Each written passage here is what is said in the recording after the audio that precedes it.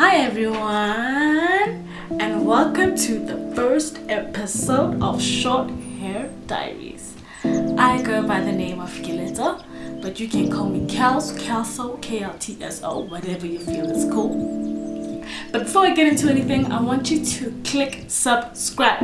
Click subscribe, tell your friends about this show, tell your friends with short hair about this show. This is all about short hair culture and helping girls, grow their hair the way they want, helping girls maintain short hair the way they want. There aren't a lot of platforms that allow for such a thing, and I really want to talk about it and hear what people have to say, because all we have to hear about these days is how to grow an afro, how to maintain your relaxed hair. And I really wanted to talk about short hair because it's a topic that not everybody gets into. So before we get into all the nitty-gritties, I wanted to tell you a bit about myself. I am a third-year graduate at Bake School. I'm currently working at a digital agency, and I work with a lot of women. And a lot of women who have short hair.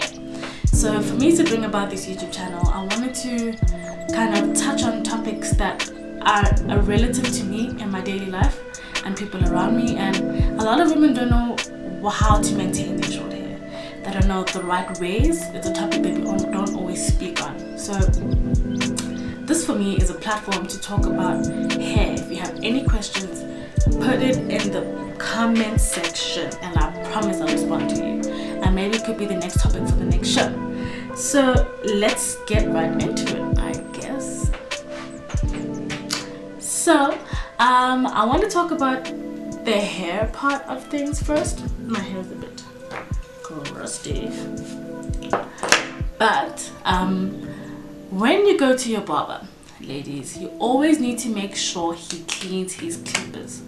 He has about 50 men walking in and out of his shop, and you don't know whose hair has touched what.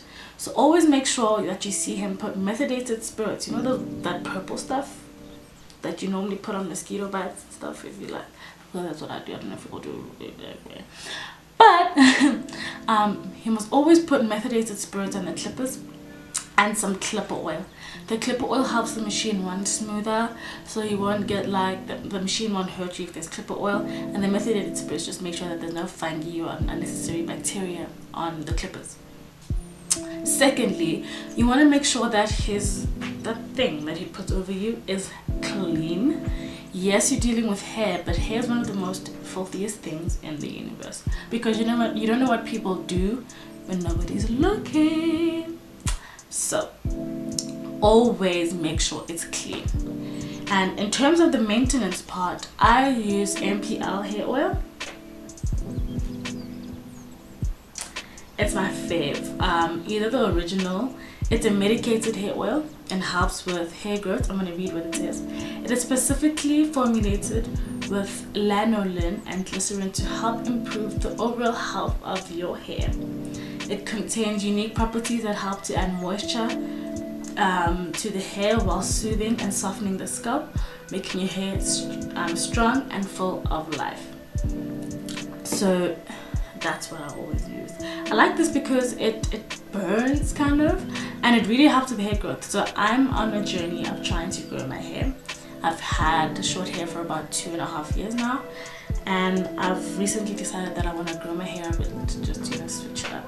So it's not normally this long. I normally have it bald or brush cut. Another thing I like to use in my hair is odorless coconut oil.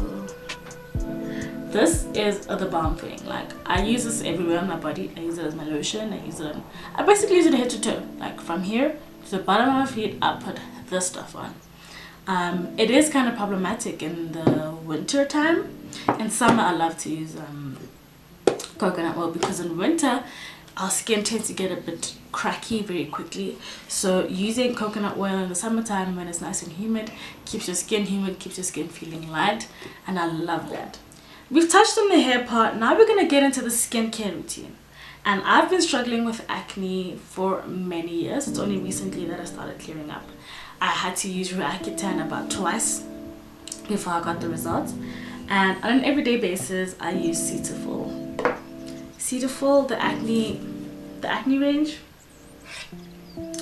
So with these two, I use I wash with this, I put this on in the evening, and then in the evening I just use some coconut oil, and then for my stubborn marks, the one that you see here, I use tea tree oil. This is God's grace. This thing works magic, I promise you. Almost out. But this thing really helps with scars, and my scars are very stubborn and ugly and icky, and if I get like a rash or something, I normally just use Nivea cream, something very light and something that will keep my skin moisturized, and I pair it with the tea tree oil, or sometimes I just use the coconut oil and the tea tree oil. And always make sure before you put on any makeup that your skin is clean. I just took a shower, so my skin is clean. So I'm gonna get into my daytime look for makeup, girls with short hair. It's very light, it's just for you to get by during the day, if you're at varsity, if you're at work and you don't want to just look bland and look like you didn't try. So I'm gonna take you through my look, and I'm gonna do it step by step. Cool. The first thing you do when you do your makeup has to be your eyebrows. And girls, you always remember that we don't always have to have dark looking ugly eyebrows. Eyebrows are kind of a trend right now, but we don't have to look like I don't know, a damn clown. So we're gonna do our eyebrows. You start by doing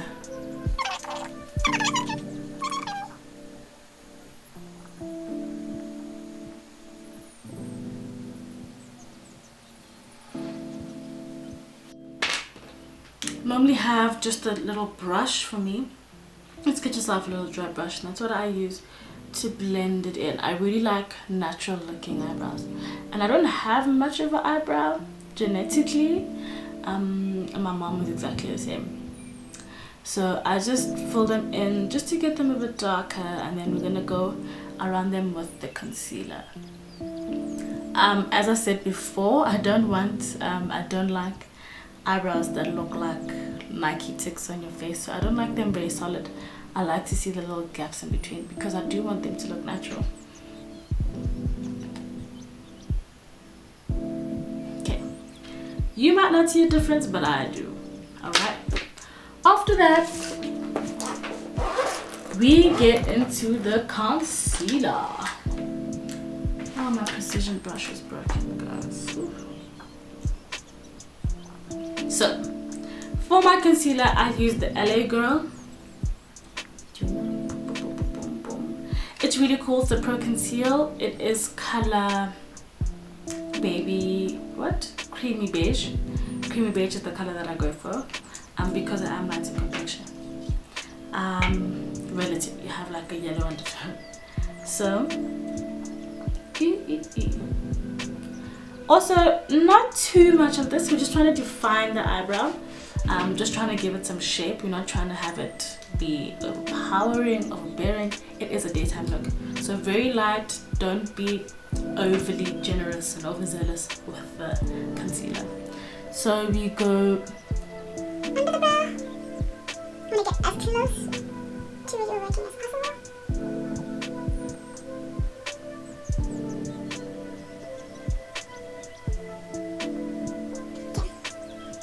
We're just defining the brow, not having it be a circle of attention. I have to use my iPad so it keeps dimming. Be nice to me. Woo!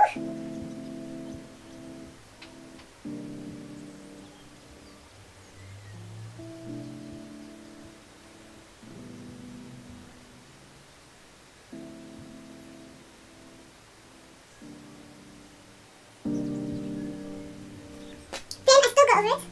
I don't like very dramatic looking eyebrows. This is dramatic for now because it has to. But it's gonna get better in about a second.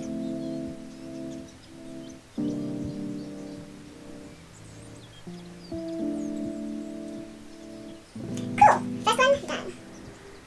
You'll notice that it comes with a brush on it. I prefer. Next, we're gonna do our everyday foundation or our base.